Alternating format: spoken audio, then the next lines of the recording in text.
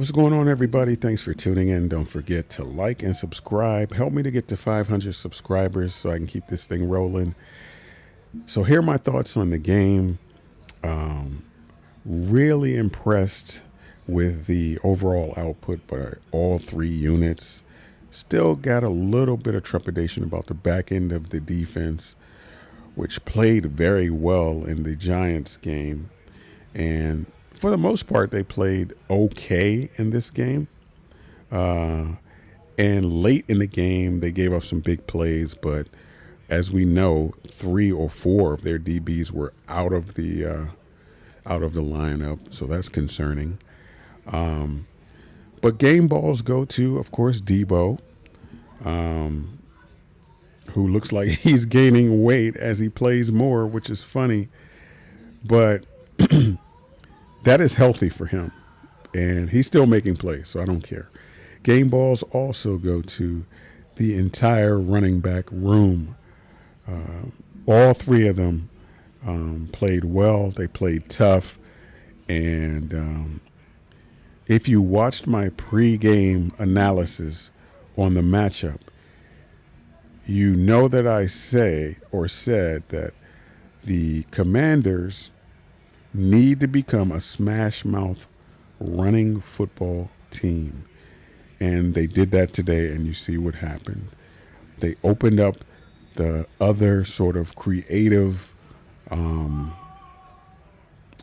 offensive pass game that Cliff likes to call because they were running the ball well. And again, had they done that against the Packers, I think it would have been a little bit of a different outcome. And I was shocked to see that the Packers lost against Cleveland. They had a lead, and Mariota tried to jump over somebody. He's got some wheels, though, but then he fumbled the ball. That's funny. But, yeah, man.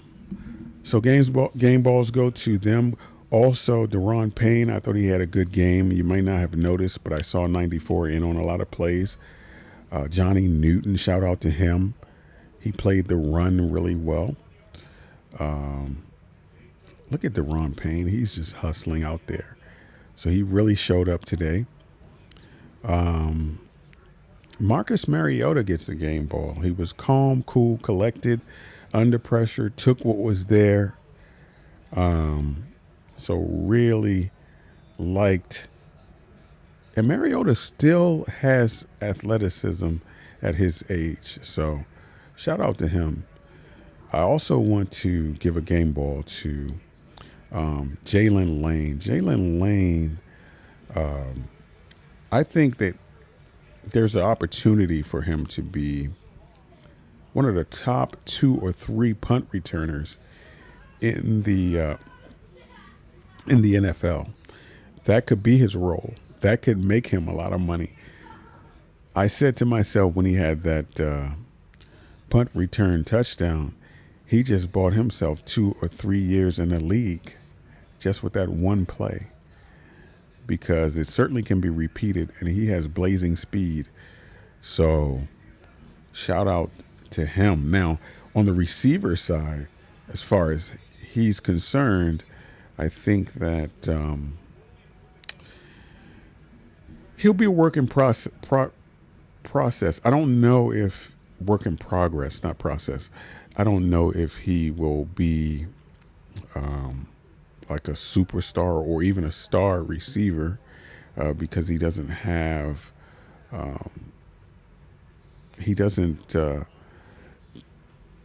do as well as he does on punt returns, but definitely there's a role for him. Now, if they like use him as a utility guy like Debo Samuel, then I think for sure he could have a nice little role on this team. All right, so shout out to him. And who else? Trey Amos was good again. I'm just worried that every game he comes out a few plays with an injury. I think even the Giants game he came out a couple plays. And so he's just got to get this thing going. And nice, tough running by the running backs, all three of them. I think if they work these running backs, then it's going to open up everything for this team. So let's see who else. Uh, Shout out to Will Harris with respect and love. I hope he recovers well and fast. He fractured his tibia or fibula, whichever one it is. And so he'll be out for a while. So I wonder what they're going to do as far as that's concerned. And I think that Luke McCaffrey, he deserves a game ball. I think he can play the role of a Noah Brown. He or Chris Moore, who I'll talk about in a second. But yeah, Luke McCaffrey, really happy about his performance. If he can carve out a niche as like a possession type receiver, a reliable, steady receiver that's there, then that will bode well for him and the team. Now, I want to give a shout out as well to Chris Moore. I think his veteran presence and his reliability was on display today, and I think that he had a good game. He'll be unsung, and people won't really notice, but Chris Moore had a good game, and I like his reliability.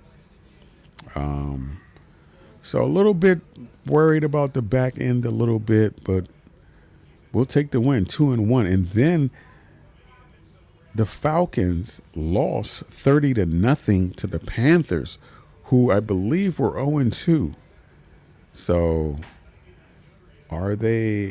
should we fear the Falcons as much as we might have prior to this week? And believe it or not, the Packers lost to the Browns, the Browns have a great defense, by the way. But so are they still one of the top teams in the NFC? Maybe, but are they to be feared now? Because they got shut down. So we'll see. But that's all I got. You guys got any thoughts? Let me know. And let's try to get Atlanta. Let's try to get two of these next three games. Then they'll be 4-2 and in a good spot. If you can get the next two, then let's go, baby.